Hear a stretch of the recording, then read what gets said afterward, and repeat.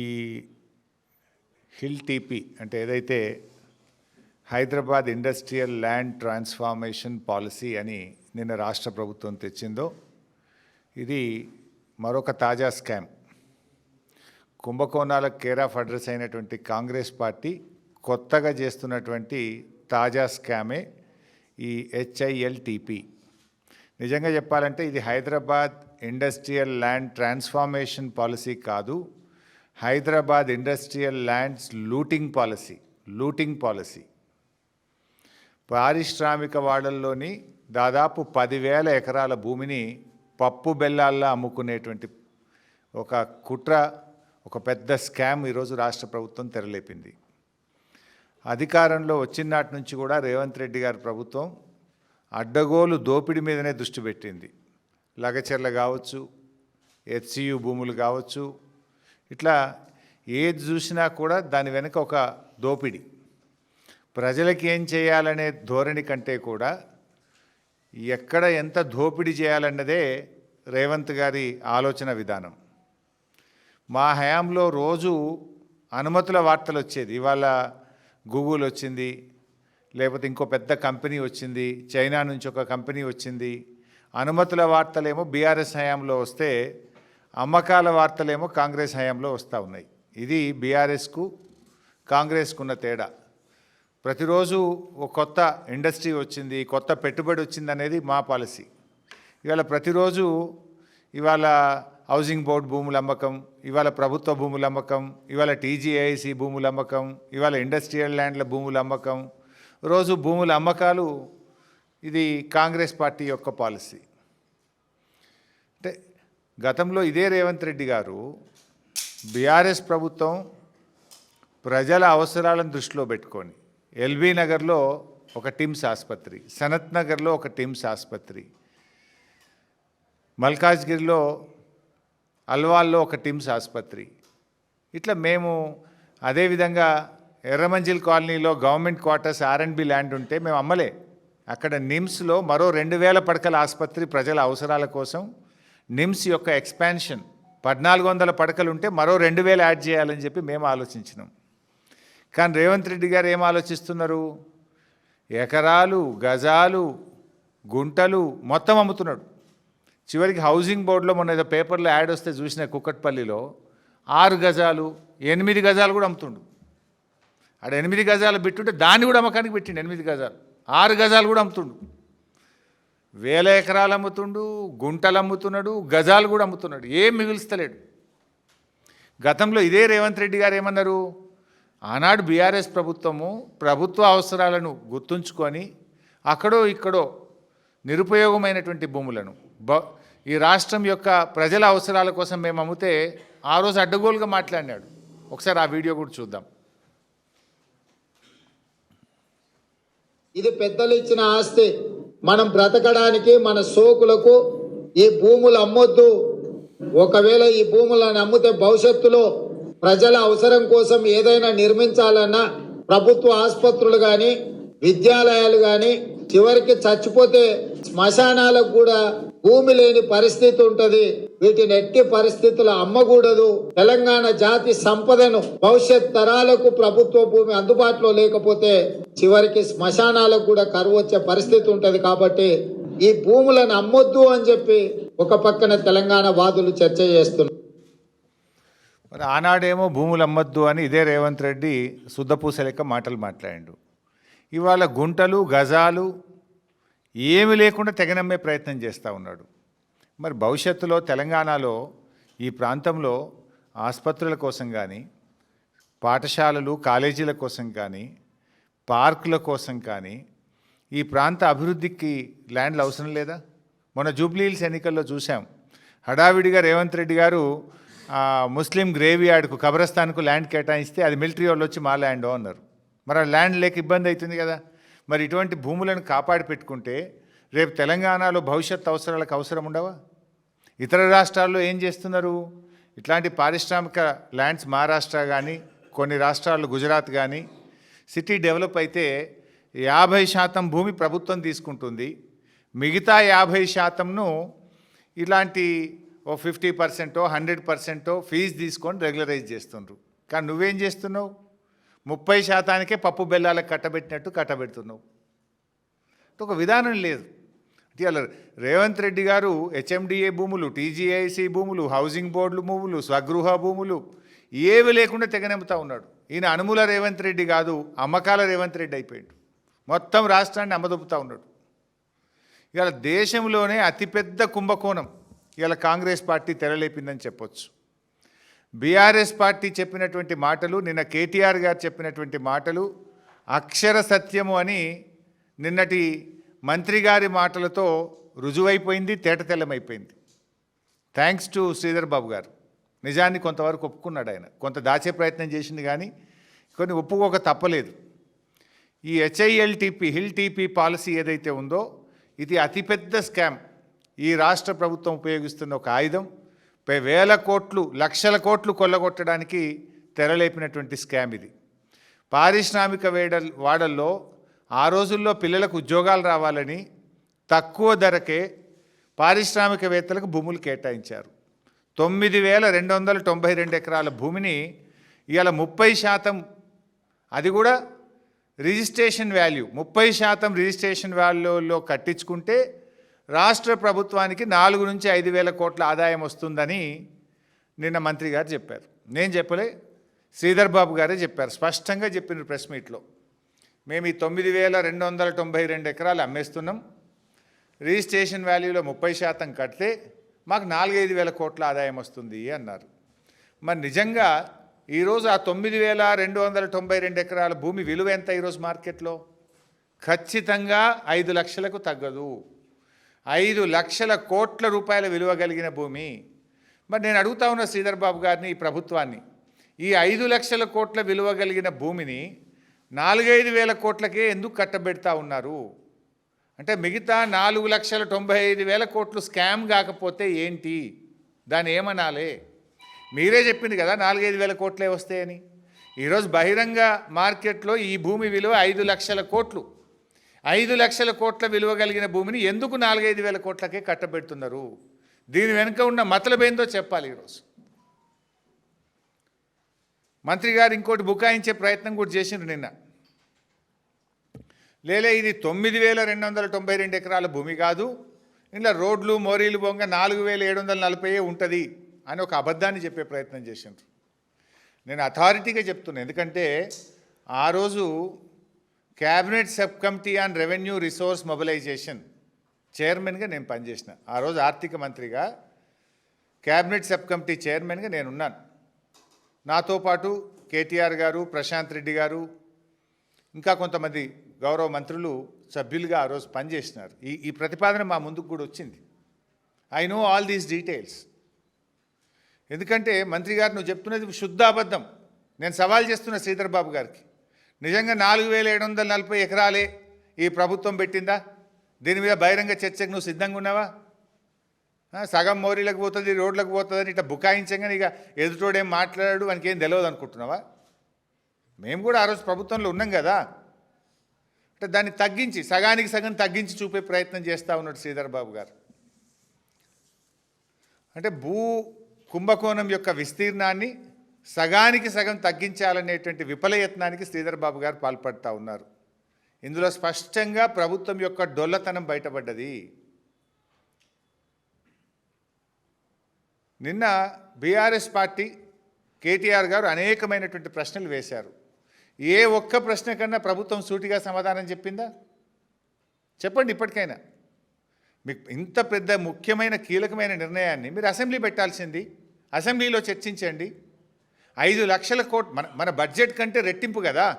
మన రాష్ట్ర ప్రభుత్వ బడ్జెట్తో 2 అంతల స్కామ్ ఇది. మన బడ్జెట్ 2.5 లక్షల కోట్లు దాటలేదు. మీరు పెట్టుడు 3 లక్షలు పెట్టినా దాటుడు 2.5 దాటలేదు. అంటే 5 లక్షల కోట్లు అంటే 2 సంవత్సరాల బడ్జెట్తో సమానమైన ఇంత ప్రధానమైనటువంటి నిర్ణయాన్ని మీరు శాసనసభకు పెట్టకుండా, సభలో చర్చించకుండా, రాత్రికి రాత్రే పాలసీ పెట్టి వేల కోట్లు, లక్షల కోట్లు కొల్లగొడతామంటే బీఆర్ఎస్ పార్టీ చూస్తూ ఊరుకోదు. ఇంత ఇంపార్టెంట్ ఇష్యూను మీరు అట్లా రాత్రికి రాత్రి ఎట్లా చేస్తారండి? నిన్న కేటీఆర్ గారు అడిగిన ఏ ఒక్క ప్రశ్నకి ఎందుకు సమాధానం ఇవ్వరు? నేను అడుగుతా ఉన్నా. ఇప్పుడు ప్రభుత్వం ఆనాడు బీఆర్ఎస్ ప్రభుత్వం సెలెక్టెడ్గా కోర్టు కేసులు ఉండే అప్పటికే కిరణ్ కుమార్ రెడ్డి ప్రభుత్వం నిర్ణయం తీసుకున్నది. ఆ భూములు ఆజామాబాద్ భూములు వాళ్ళకి ఇవ్వాలని కిరణ్ కుమార్ రెడ్డి ప్రభుత్వం నిర్ణయం తీసుకుంది. దాని మీద వాళ్ళు హైకోర్టు నుంచి ఆర్డర్ తెచ్చుకున్నారు. సో కోర్టు ఆర్డర్ ఉందని చెప్పి ఆ రోజు మేము రెగ్యులరైజ్ చేయాలని చెప్పి నిర్ణయించినాం. ఒక్క ఆజామాబాద్ నిర్ణయిస్తే కూడా ఆ రోజు మేము 200% కట్టాలన్నాం. సబ్ రిజిస్ట్రేషన్ వాల్యూ మీద 200% కట్టాలని నిర్ణయం తీసుకున్నాం. అంటే మీకు బాగా అర్థం కావాలి, ప్రజలకు అర్థం కావాలంటే అక్కడ ఒక గజం 100 రూపాయలు ఉందనుకోండి, 100 రూపాయలు సబ్ రిజిస్ట్రేషన్ కార్డ్ వాల్యూ, మనం రిజిస్ట్రేషన్ ఆఫీస్లో పోయి ఫీజు కడతాం కదా, ఆ కార్డ్ వాల్యూ 100 రూపాయలు ఉందనుకోండి, ఆ రోజు 200 రూపాయలు రాష్ట్ర ప్రభుత్వానికి కడితే మీకు ఆ భూమిని ఫ్రీ హోల్డ్ చేస్తాము అని ఆనాడు బీఆర్ఎస్ ప్రభుత్వం నిర్ణయం తీసుకుంది. ఇవాళ కాంగ్రెస్ ఏం నిర్ణయం తీసుకుంది? అదే 100 రూపాయలు రిజిస్ట్రేషన్ కార్డ్ వాల్యూ ఉంటే మీరు 30 రూపాయలు కట్టండి చాలు మీకు ఫ్రీ హోల్డ్ చేస్తాము అంటుంది కాంగ్రెస్ పార్టీ. అంటే ఎంత లుక్సాన్ అవుతుంది గవర్నమెంట్ ఖజానాకు? గజానికి 170 రూపాయలు లుక్సాన్ అయినట్టేనా? మేము 100 ఉంటే 200 కట్టమని మేమన్నాం. మీరేమంటున్నారు? 100 ఉంటే 30 రూపాయలు కట్టండి చాలు మీకు ఫ్రీ హోల్డ్ చేస్తాం, ఈ భూమి మీకు దారాదత్తం చేస్తాము అంటున్నారు. అంటే 170 రూపాయలు నష్టమవుతుంది కదా. నేను జస్ట్ టు అండర్స్టాండ్ చెప్తా ఉన్నా. అందుకే 5 లక్షల కోట్లు రావాల్సిన చోట 5,000 కోట్లు మాత్రమే వస్తాయి అని మంత్రి గారు నిన్న ఉన్న నిజాన్ని మంచిగా కుండబద్దలు కొట్టినట్టు బయట పెట్టిండు. అందుకే ఆయనకు థ్యాంక్స్ కూడా చెప్పిన నేను. ఇవాళ బీఆర్ఎస్కు కాంగ్రెస్కున్న తేడా ఏంటి? మేము 200 రూపాయలు రావాలంటే మీరు 30 రూపాయలు చాలు అంటున్నారు. ఇది రాష్ట్ర ప్రభుత్వ ఖజానాకు తీరని నష్టం చేస్తూ ఉన్నారు మీరు. ఇంట్లో ఇంకా గమ్మత్ ఏంటంటే ఎంత అసలు కొద్దిగానే ఉండాలి వాళ్ళకి ప్రభుత్వం నడపడానికి.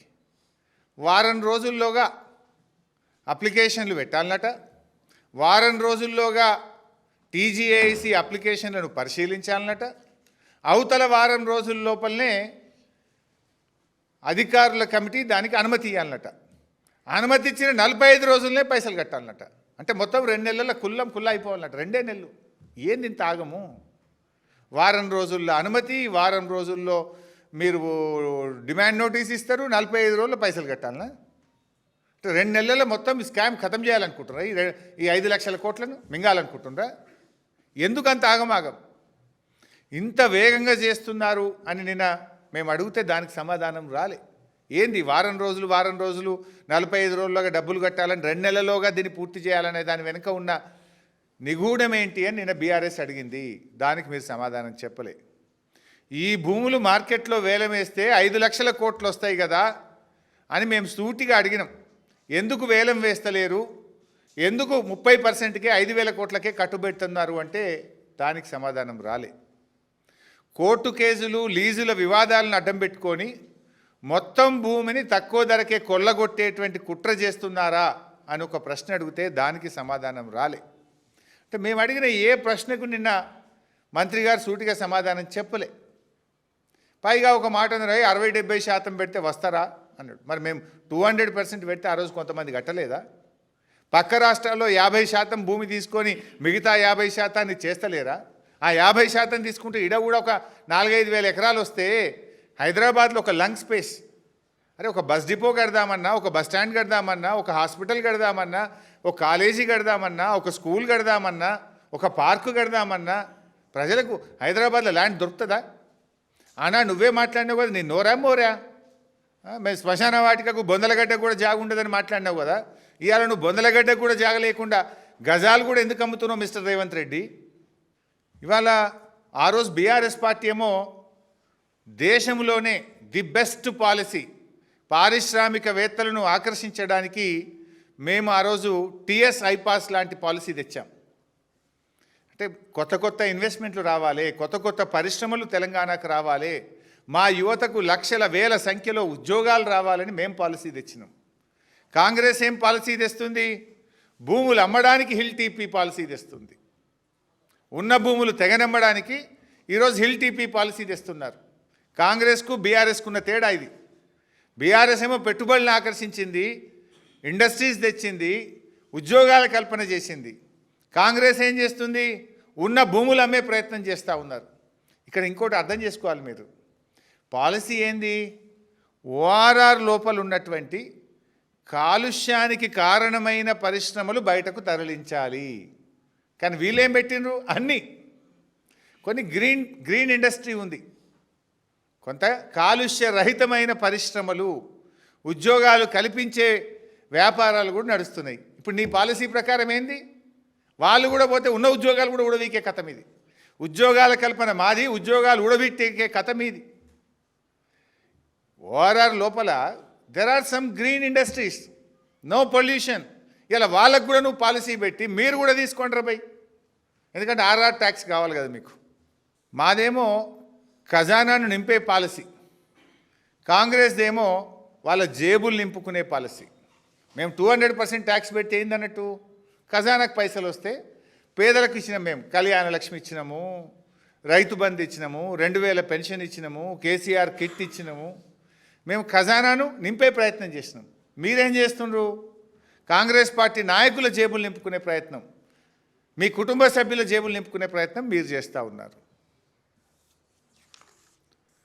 ప్రజలకు ఇచ్చిన గ్యారంటీలు వదిలిపెట్టిండ్రు, దోచుకునే పాలసీలు తెస్తున్నారు. ఓఆర్ఆర్ లోపల ఉండేటువంటి భూములు బంగారం లాంటి భూములు, ఇవి బంగారంతో సమానం. భవిష్యత్ అవసరాలను కూడా ప్రభుత్వాలు దృష్టిలో ఉంచుకోవాలి. కానీ అవేమీ పట్టించుకోకుండా ఔటర్ లోపల ఉన్న 9292 ఎకరాల భూములను ఈరోజు కట్టబెడతా ఉన్నారు. గతంలో బీఆర్ఎస్ పాలసీ తెచ్చింది ఈ భూముల కోసం.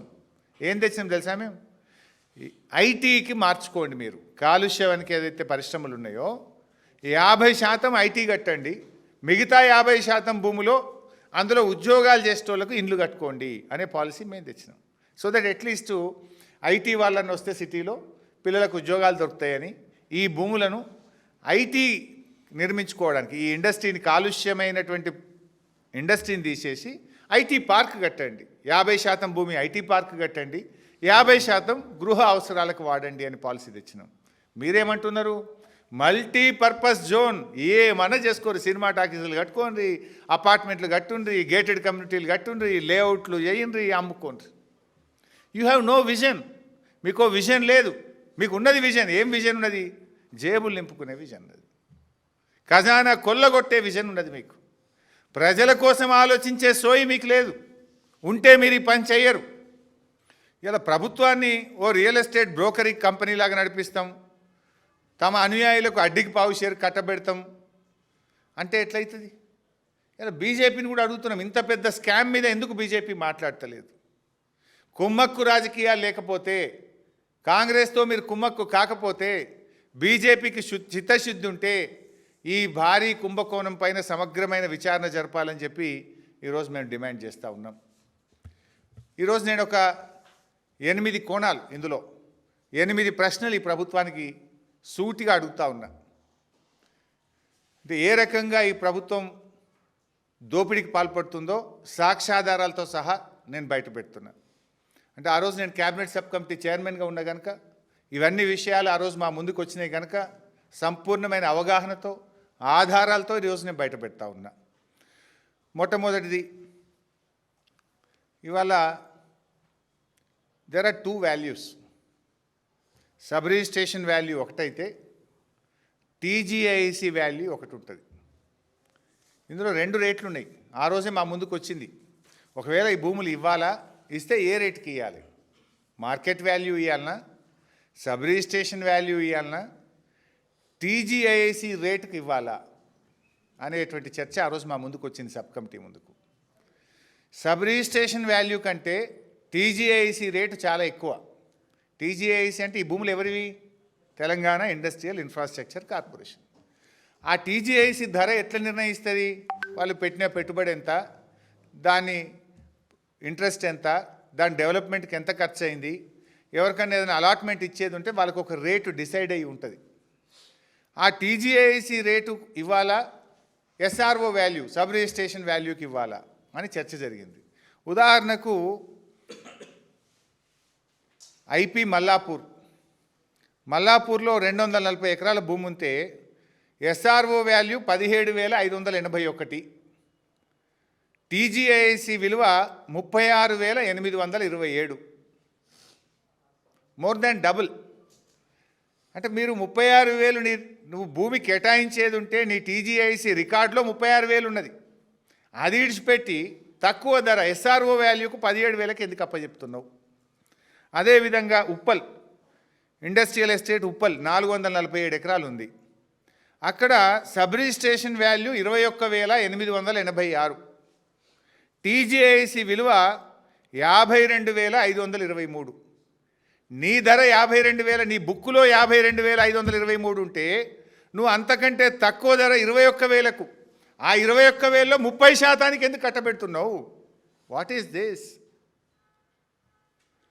అట్లే గాంధీనగర్లో sub registration value SRO value 14,591, TGIC ధర 46,895, 4 టైమ్స్. నీ ధర 46,000, ఎస్ఆర్ఓ 14,000, ఆ 14,000 30%కే ఇస్తా అంటాడు రేవంత్ రెడ్డి గారు. అట్లు చాలా ఉన్నాయి. ఇంకా అట్లా పోతే Hayat Nagar 14,591 SRO value, TGIC value 54,340. ఇవన్నీ మీకు డీటెయిల్స్ అన్ని విడుదల చేస్తా. మొత్తం 21 ఇండస్ట్రియల్ ఎస్టేట్స్ ఉన్నాయి. ఎస్ఆర్ఓ వాల్యూ ఏమో తక్కువ, టీజీఐసి రేట్ ఏమో ఎక్కువ. జనరల్గా ప్రభుత్వాలు ఏం చేయాలి? రెండిట్లో ఏది ఎక్కువ ఉంటే అది అడాప్ట్ చేస్తారు కదా. దేని ద్వారా ప్రభుత్వానికి రూపాయి ఎక్కువ వస్తుంది, రాష్ట్ర ఖజానాకు ఒక పైసా ఎక్కువ వస్తుంది, తద్వారా పేదలకు రాష్ట్ర ప్రజలకు మేలు జరుగుతుందో ఆ పని చేస్తావా? తక్కువ ఉన్నది తీసుకుంటావా నువ్వు? టీజీఐసి ధరను కాదని ఎస్ఆర్ఓ వాల్యూను ఎందుకు అడాప్ట్ చేశారో సమాధానం చెప్పాలని నేను రేవంత్ రెడ్డిని ఈ ప్రభుత్వాన్ని డిమాండ్ చేస్తూ ఉన్నా. ఆ రోజు మా క్యాబినెట్ సబ్ కమిటీ ముందుకు వచ్చింది ఈ విషయం. మరి మీరు ఎందుకు దీన్ని తక్కువ ధరది అడాప్ట్ చేసినారు? టీజీఐసి రేట్ను ఎందుకు పరిగణనలోకి తీసుకోలేదో ఈ రాష్ట్ర ప్రజలకు సమాధానం చెప్పాలని చెప్పి నేను ప్రభుత్వాన్ని డిమాండ్ చేస్తూ ఉన్నా. రెండవ పాయింట్ మీ అందరికీ తెలుసు, బహుశా మీరే పత్రికల్లో చూసి రాశారు, టీవీల్లో చూపారు. గత సంవత్సర కాలం నుంచి ముఖ్యమంత్రి, రెవెన్యూ మంత్రి ఏం చెప్తున్నారు? హైదరాబాద్లో ఎస్ఆర్ఓ వాల్యూలు తక్కువ ఉన్నాయి, త్వరలో భూముల ధరలు పెంచుతాం అని ఎన్నిసార్లు చెప్పిండ్రు? ఈ నెలనే పెరుగుతుందని పేపర్లో బ్యానర్ ఐటమ్, మళ్ళా నెలనే పెరుగుతుంది, ఇక నవంబర్కి వెళ్ళి పెరుగుడని రాసుడు. అంటే అట్లా చెప్పుకుంటూ కొంత వ్యాపారం చేసుకున్నారు, ఏదో ప్రభుత్వ ఆదాయాన్ని పెంచుకునే ప్రయత్నం చేసిండ్రు. అంటే మీరు ఏం చెప్పిండ్రు? ఎస్ఆర్ఓ వాల్యూస్ చాలా తక్కువ ఉన్నాయి, తొలుత ఓఆర్ఆర్ లోపల పెంచుతాం, ఓఆర్ఆర్ లోపలనే మొదలు పెంచుతాం, ఓఆర్ఆర్ బయట మెల్లగా పెంచుతాము అన్నారు. మరి అది అమల్లోకి రాకముందే ఈ పాలసీని ఎందుకు హడావిడిగా అమలు చేస్తున్నారు? ఎవరికి మేలు చేయడానికి అమలు చేస్తున్నారు చెప్పాలి కదా. ఓఆర్ఆర్ లోపల భూముల ధరలు సవరిస్తాము, ఎస్ఆర్ఓ వాల్యూ పెంచుతామని ఇప్పటికి 10 సార్లు ముఖ్యమంత్రి చెప్పిండు, రెవెన్యూ మంత్రి చెప్పిండు. మరి సవరించినాక, భూముల ధరలు సవరించినాక మీరు ఈ పాలసీ తెస్తే 10 రూపాయలు ఎక్కువ వస్తాయి కదా ఖజానాకు. ఇది 7 రోజుల్లో దరఖాస్తు, 7 రోజుల్లో క్లియరెన్స్, 45 రోజుల పైసలు కట్టుడు వెనుక ఉన్న మతలబ్ ఏందో ఇప్పుడు అర్థమవుతలేదా? అంటే ఇది కొల్లగొట్టుకొని జేబులు నింపుకొని తర్వాత పెంచుతారు. పారిశ్రామికవేత్తలకేమో ఒక విధానం, పేదలకు ఒక విధానం. అంటే పారిశ్రామికవేత్తలకు కట్టబెట్టడం కోసమే కదా భూములు సవరించడానికంటే ముందే పప్పు బెల్లాలకు అమ్మినట్టు ఈ భూములు కట్టబెడుతున్నారు. మీరు ఈ సంవత్సర కాలం నుంచి ఓఆర్ఆర్ లోపల భూముల విలువలు సవరిస్తాం, ఓఆర్ఆర్ లోపల మొదలు పెంచుతాం, ఓఆర్ఆర్ బయట తర్వాత పెంచుతామని చెప్పి ఇప్పుడు అదే ఓఆర్ఆర్ లోపల ఉండే భూములన్నీ ఎందుకు కట్టబెడుతున్నారు? ఇప్పుడు ఈ భూములన్నీ ఎక్కడున్నాయి? ఓఆర్ఆర్ లోపలనే ఉన్నాయి కదా. ధరలు సవరించేదాకా ఎందుకు ఆగుతలేరు? ధరలు సవరిస్తే రాష్ట్ర ప్రభుత్వానికి ఆదాయం పెరుగుతుంది కదా. అంటే మీకు మీ అనుయాయులకో మీరందరూ ఇప్పటికే దీన్ని తయారు చేసుకున్నారు కనుక మీ కమిషన్ల కోసం ఇవాళ ఎస్ఆర్ఓ వాల్యూ సవరించకుండా ఈ భూముల్ని కట్టబెడుతున్నారా లేదా? దీనికి సూటిగా సమాధానం చెప్పండి. ఏది మొదలు? రాష్ట్ర ప్రభుత్వానికి రూపాయి ఎక్కువ వచ్చేది మొదలా, తక్కువ వచ్చేది మొదలా? భూములు సవరించినాక ఈ పాలసీ తెస్తే 4 రూపాయలు ఎక్కువ వస్తాయి కదా.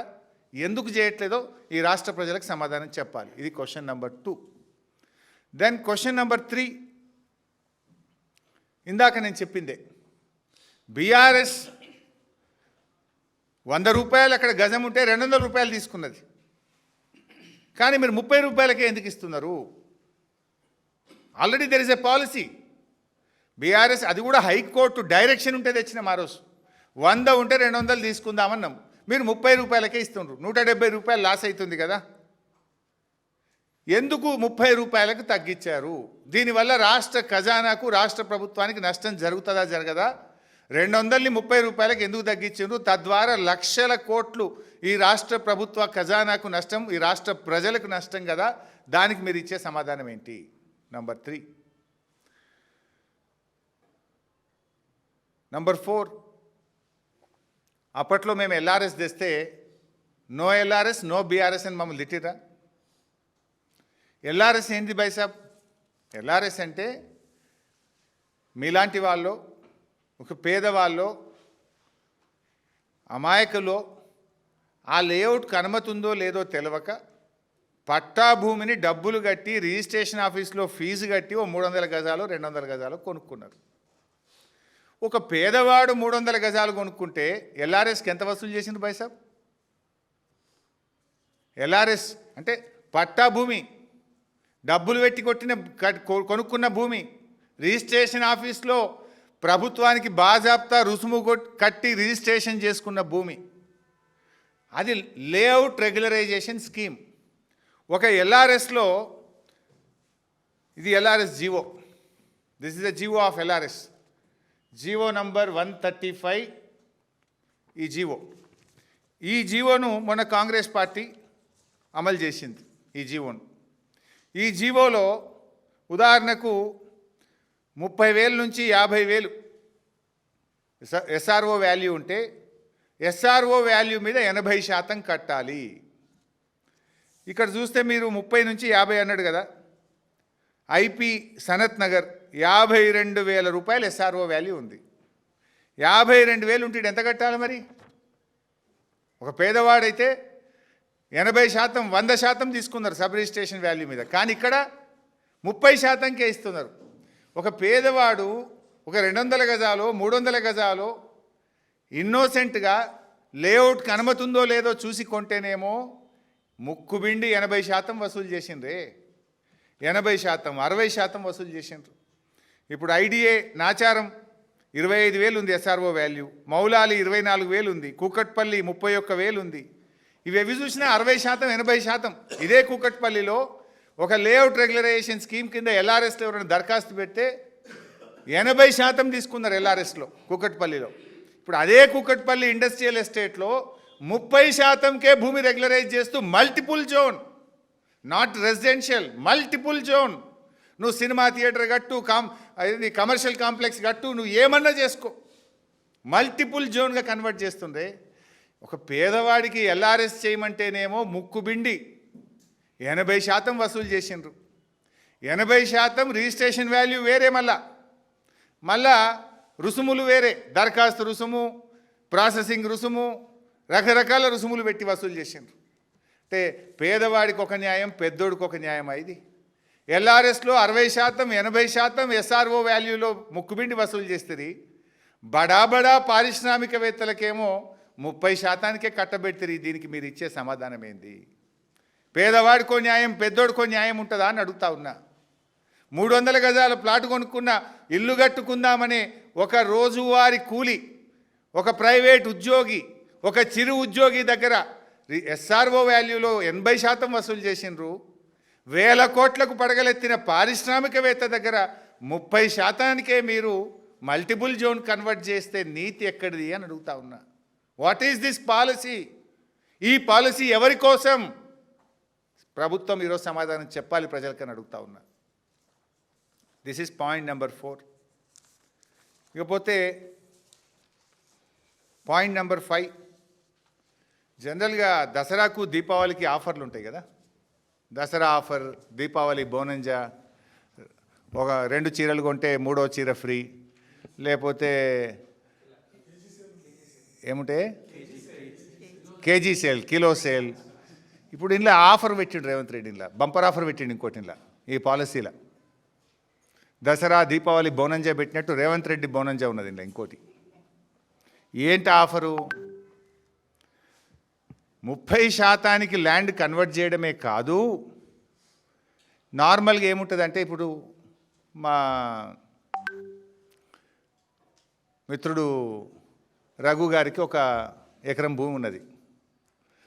ఆ ఎకరం భూమి అగ్రికల్చర్ వ్యవసాయ భూమి ఉన్నది రఘుకు. అదృష్టం బాగుండి కొద్దిగా టౌన్ పెరిగింది, దాన్ని రెసిడెన్షియల్గా మార్చాలి లేదా కమర్షియల్గా మార్చాలి, హైవే ఫేసింగ్ ఉంది. దానికి ఏమంటారు? CLU, change of land use fee కట్టాలి హెచ్ఎండిఏలో. సిఎల్యు ఫీజు ఉంటుంది, ఇంకేదో ప్రాసెసింగ్ ఫీజు ఉంటుంది. అట్లా ఎకరానికో 14-15 లక్షలు ఖర్చు అవుతుంది. ఏది అఫీషియల్, అనఫిషియల్ కథ వేరే ఉంది రేవంత్ది. అఫీషియల్దే 14-15 లక్షలు అవుతుంది. ఏది హెచ్ఎండిఏ పరిధిలో చేంజ్ ఆఫ్ ల్యాండ్ యూస్కు కట్టాల్సిన ఫీజు 14-15 లక్షలు మినిమం ఉంటుంది. అది అగ్రికల్చర్ నుంచి రెసిడెన్షియల్ కావచ్చు, అగ్రికల్చర్ నుంచి ఇండస్ట్రీ కావచ్చు, అగ్రికల్చర్ నుంచి మల్టీపర్పస్ జోన్ కావచ్చు, అగ్రికల్చర్ నుంచి టూరిజం కల్చరల్ జోన్ కావచ్చు. ఇలా రకరకాల జోన్స్ ఉంటాయి. సరే, ఒక్కొక్క జోన్కు ఒక రేట్ ఉన్నది. ఎవరు చేంజ్ ఆఫ్ ల్యాండ్ యూస్కి అప్లై చేసినా హెచ్ఎండిఏలో there is a fee. Minimum ఎకరానికి 15 లక్షలు అవుతుంది. ఇక్కడ దసరా దీపావళి బోనంజ అయింది రేవంత్ రెడ్డి గారిది అంటే నువ్వు ఏ ఫీజులు కట్టదాన్ని మాఫ్. ఈ 30%లోనే ఆల్ ప్రాసెసింగ్ ఫీజు కూడా మేమే చూసుకుంటాం. HMDA change of land use ఇంట్లోనే, జిహెచ్ఎంసీ ఏదైనా ఉంటాయి ఇంట్లోనే, నాలా కన్వర్షన్ ఉంటాయి ఇంట్లోనే. ఇక రెవెన్యూనికి రూపాయి కట్టద్దు, హెచ్ఎండిఓనికి రూపాయి కట్టద్దు, అంతా ఆల్ ఫ్రీ. ఇది దసరా బోనంజాయిగా రేవంత్ రెడ్డి బోనంజాయిది. ఈ 30% అన్యాయం. వాస్తవానికి టీజీఐసి రేట్ ఒకటి, ఎస్ఆర్ఓ రేట్ ఒకటి. టీజీఐసి రేటు 3 అంతలు ఉంటే అది ఇడిచిపెట్టి ఎస్ఆర్ఓ రేటు పెట్టిండు. ఆ ఎస్ఆర్ఓ రేట్లో ఆ రోజు మేము 200% తీసుకుంటే ఈ పుణ్యాత్ముడు 30% చాలంటుండు. ఈ 30% ఘోరంరా నాయన అంటే దాంట్లో all fees bonus, change of land use, నాలా కన్వర్షన్, ఇంకా ఏం దరఖాస్తు పెట్టుడద్దు, ఏ ఆఫీస్కి పోవడద్దు, ఏ ఫీజు కట్టుడద్దు, అన్ని మాఫీ, అన్ని మేమే ఇస్తాం ఇళ్ళని అంటుండు. ఇది దీపావళి బోనంజా. దీనికి సమాధానం చెప్పాలి ప్రభుత్వం. దీని విలువ ఈ 9,200 ఎకరాలకు హెచ్ఎండిఏ కానీ నాలా కానీ ఈ కన్వర్షన్ ఫీజుల విలువ 13,500 కోట్లు. 13,500 కోట్లు. ఇది రాష్ట్ర ప్రభుత్వానికి వచ్చే డబ్బు కదా. హెచ్ఎండిఏకి వస్తే ఎవరికి ఉపయోగపడుతుంది? హైదరాబాద్ ప్రజలకు 4 ఫ్లైఓవర్లు కట్టచ్చు, 4 అండర్ పాస్లు కట్టచ్చు, స్ట్రాంగ్ వాటర్ డ్రైన్స్ కట్టచ్చు. ఇది ప్రజల డబ్బు, హైదరాబాద్ ప్రజల డబ్బు. ఇది కాంగ్రెస్ నాయకుల జేబుల్లో కొల్లగొట్టే కుట్ర. ఇది 30% అయింది, మళ్ళీ ఫీజులు మాఫీ అయింది. దీనికి సమాధానం చెప్పాలి. ఇది question number 5. Now question number 6.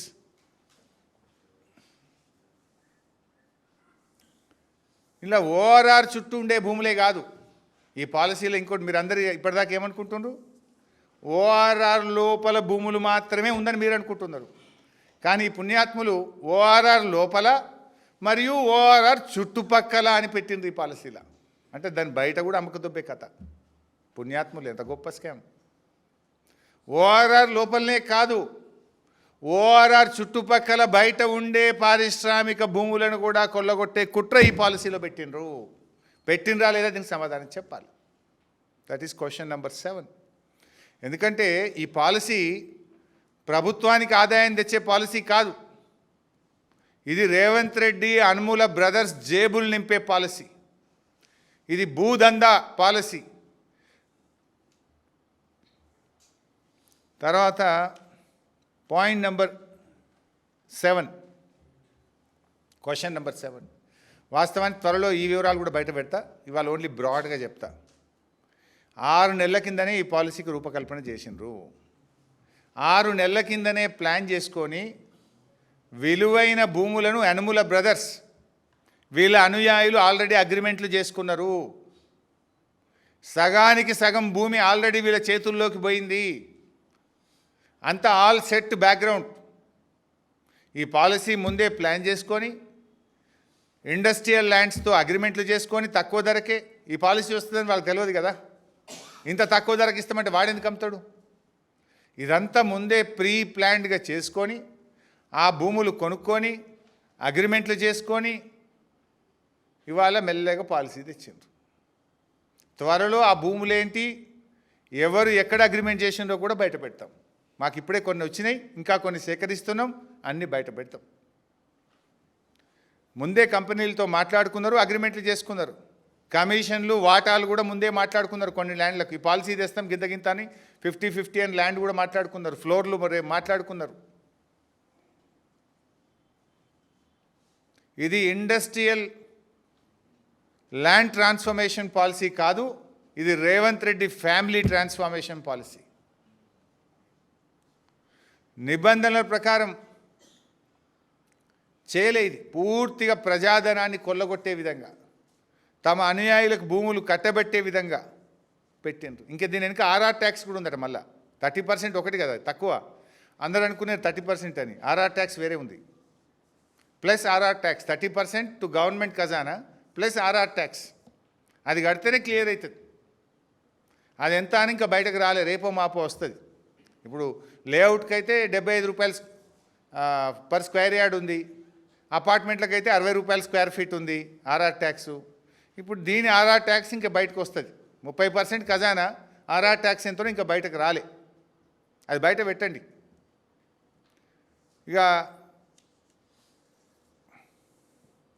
Last question 8. ఈ వచ్చిన డబ్బు అట్లీస్ట్ 30% వస్తుంది కదా, పోనీ ఈ 30% డబ్బునైనా పారిశ్రామికవేత్తలు ఎంతోమంది ఇండస్ట్రీస్ వచ్చిండ్రు, వాళ్ళు ఇన్సెంటివ్స్ ఏమన్నా చెల్లిస్తారా? కొత్త పారిశ్రామిక వాడల అభివృద్ధికి ఉపయోగిస్తారా? ఇండస్ట్రీస్ను ఆకర్షించడానికి పెద్ద ఎత్తున ఇన్సెంటివ్స్ ఇవ్వడమో, బయట ల్యాండ్లు కొని కొత్త ఇండస్ట్రియల్ కారిడార్స్ డెవలప్ చేయడానికి వాడతారా? లేదు మీ కమిషన్ల కోసం ఈ వచ్చిన డబ్బును బడా కాంట్రాక్టర్ల బిల్లులు చెల్లిస్తారా కూడా ప్రజలకు సమాధానం చెప్పాలి. Because this money belongs to TGIC. TGIC భూములు అమ్మితే టీజీఐసికి డబ్బులు వస్తాయి. తెలంగాణ ఇండస్ట్రియల్ ఇన్ఫ్రాస్ట్రక్చర్ కార్పొరేషన్ మరి పారిశ్రామిక వాడల అభివృద్ధికో, పరిశ్రమలను ఆకర్షించడానికో, పరిశ్రమలకు ఇన్సెంటివ్స్ చెల్లించడానికో, నిరుద్యోగ యువతకు ఉపాధి కల్పించడానికో ఉపయోగించాలి. ఈ డబ్బును దానికి ఉపయోగిస్తారా? మీ కమిషన్ల కోసం బడా కాంట్రాక్టర్ల బిల్లులు చెల్లించడానికి ఉపయోగిస్తారా? దీనికి కూడా ఈ 8వ ప్రశ్నకు కూడా సమాధానం చెప్పాలని ప్రభుత్వాన్ని మేము డిమాండ్ చేస్తూ ఉన్నాం. ఎందుకంటే ఫైనల్గా నేను కోరేది ఒక్కటే, ఆ రోజుల్లో ఆనాటి పాలకులు ఇక్కడ పరిశ్రమలు రావాలి, మన యువతకు ఉద్యోగాలు రావాలని ఆ రోజుల్లో ఈ భూములు తక్కువ ధరకే పారిశ్రామికవేత్తలకు ఇచ్చారు. కారణాలు ఏదేమైనా పొల్యూషన్ వల్ల కావచ్చు, పరిశ్రమలు మూతపడ్డాయి కావచ్చు. మరి వాళ్ళను బయట కావాలంటే భూములు ఇవ్వండి, ప్రత్యామ్నాయ భూములు ఇచ్చి పరిశ్రమలు తరలించండి, ప్రజల ఆరోగ్యాన్ని కాపాడండి. కానీ మళ్ళీ మీరేం చేస్తున్నారు? 30%కే ఆ భూములను వాళ్ళకు దారాదత్తం చేసి, ఫీజులు లేకుండా మల్టిపుల్ జోన్గా కన్వర్ట్ చేసి, వాళ్ళను బిల్డర్లుగా, రియల్ ఎస్టేట్ వ్యాపారులుగా తయారు చేస్తున్నారు. ఆల్రెడీ ఒకసారి ఇన్సెంటివ్ ఇస్తుంది, మళ్ళీ రెండోసారి ఇన్సెంటివ్లు ఇచ్చి రియల్ ఎస్టేట్ వ్యాపారం కోసం ప్రభుత్వం ఎందుకు పూనుకోవాల్సిన అవసరం ఉంది? Why government is taking this initiation? Incentive దేనికి? ఇన్సెంటివ్ ఇస్తే 10 లక్షల మంది పిల్లలకు ఉద్యోగాలు వస్తాయంటే ఇన్సెంటివ్ ఇవ్వాలి. ఇప్పుడు గతంలో పాలసీ తెచ్చిండ్రు, ఇదే ఇండస్ట్రియల్ ల్యాండ్ను 50% ఐటీ కట్టండి, 50% ఇండ్లు కట్టండి. ఎస్, ఒక ఐటీ పార్క్ వస్తే ఉద్యోగాలు వస్తాయి. మీరు ఏంటి కమర్షియల్ కోసం, సినిమా టాకీస్ల కోసం, రిక్రియేషన్ కోసం, రియల్ ఎస్టేట్ వ్యాపారం కోసం ఎందుకు మీరు ఇన్సెంటివ్లు ఇస్తున్నారు? రెండవసారి ఇన్సెంటివ్ ఇవ్వాల్సిన అవసరం ఏంది? ఇది ఆలోచించాల్సిన అవసరం ఉంది. ఇది నిజంగానే ఇవాళ ఒక లక్షల కోట్ల రూపాయల స్కామ్ ఇది. ఈ రాష్ట్రానికి బహుశా భారతదేశంలో ఇంత పెద్ద భూ స్కామ్ లేదు. The biggest land scam in India.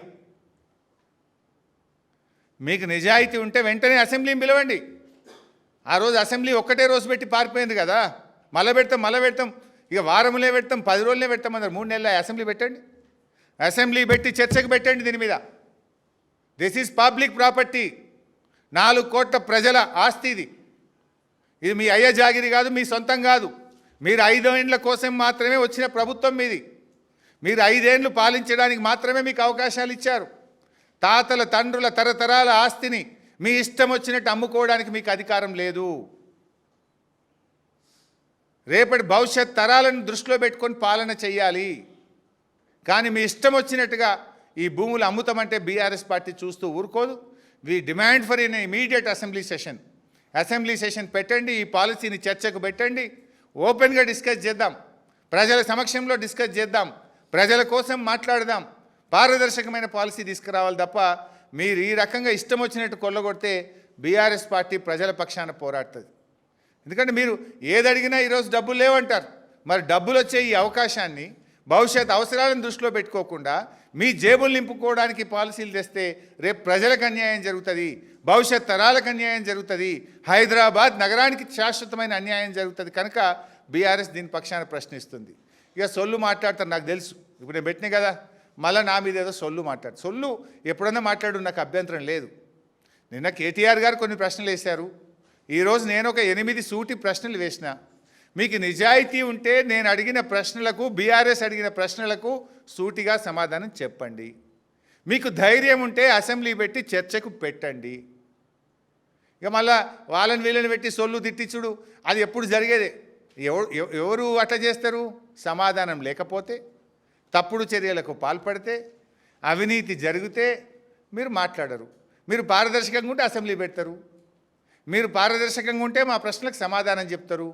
లేకపోతే ఎల్లైనో పుల్లైనో పెట్టి మళ్ళీ తిట్టించే కార్యక్రమం పెడతావు, నాకు తెలుసు. దానివల్ల ఏమొస్తుంది? ప్రజలు చాలా తెలివైన వాళ్ళు కదా. నువ్వు మా ప్రశ్నలకు సమాధానాలు ఇచ్చినవా, నువ్వు రివర్స్లా తిట్టించే కార్యక్రమం పెడుతున్నావా? నువ్వు తిట్టినా, కేసులు పెట్టినా నిన్ను వదలం. మేము ప్రధాన ప్రతిపక్షంగా ప్రజల హక్కులు, ప్రజల ఆస్తులు కాపాడడమే మా బాధ్యత. ప్రజలు మాకు ఇచ్చిన బాధ్యత. ప్రతిపక్షంగా వాళ్ళ గొంతుకై మాట్లాడమన్నారు. ఈ రాష్ట్ర ప్రభుత్వ ఆస్తులను, ప్రజల యొక్క హక్కులను, ప్రజలకిచ్చిన హామీలను అమలు చేయించడం కోసమే బీఆర్ఎస్ పోరాడుతుంది. బీఆర్ఎస్కు ఆ బాధ్యత ప్రజలు ఇచ్చిండ్రు. నువ్వు మా మీద కేసులు పెడతా, మా గొంతు నొక్కుతా, లేదా మా మీద తిట్ల దండకం పెడతా, ఏం పెట్టినా నేను వదిలిపెట్టాం, ప్రశ్నిస్తూనే ఉంటాం. దీని మీద సూటిగా బీఆర్ఎస్ అడిగిన అన్ని ప్రశ్నలకు సమాధానం చెప్పాలని, శాసనసభ సమావేశపరచాలని, దీనిపైన పూర్తి చర్చ జరగాలని బీఆర్ఎస్ డిమాండ్ చేస్తుంది. Thank you. తప్పకుండా చేస్తాను. ఇప్పుడు నేను అడిగిన ప్రశ్నలకు సమాధానం చెప్పండి అన్నిటికీ. ఇప్పుడు ఆయనే చెప్పిండు 5 లక్షల కోట్ల విలువది, 4-5 వేల కోట్లే వస్తాయి అంటుండు కదా, మిగతా ఎవరో జేబులకు పోతున్నాయి. ఇప్పుడు రేవంత్ రెడ్డి గారు ఇప్పటికి ఎన్ని భూములు అమ్మిండు? మేము ఎక్కడన్నా కోకాపేట భూములు అమ్మినావు, మొన్న ఇక్కడ అదేది హౌసింగ్ బోర్డు భూములు కుకట్పల్లిలో అమ్మినావు, మైండ్ స్పేస్లో అమ్మినావు. మేము ఎక్కడన్నా అడ్డుకున్నామా? ఇవి అడ్డికి పావు షేర్కు, పుట్నాల పేలాలకు అమ్మినట్టు అమ్మితే ఇది రాష్ట్ర ప్రభుత్వ ఖజానాకు నష్టం జరుగుతుంది. కనుక మేము ప్రశ్నిస్తున్నాం. మా ప్రశ్నలకు సమాధానం చెప్పు నువ్వు సూటిగా. లేదు బహిరంగ చర్చకు రా, లేదు అసెంబ్లీ సమావేశపరచు.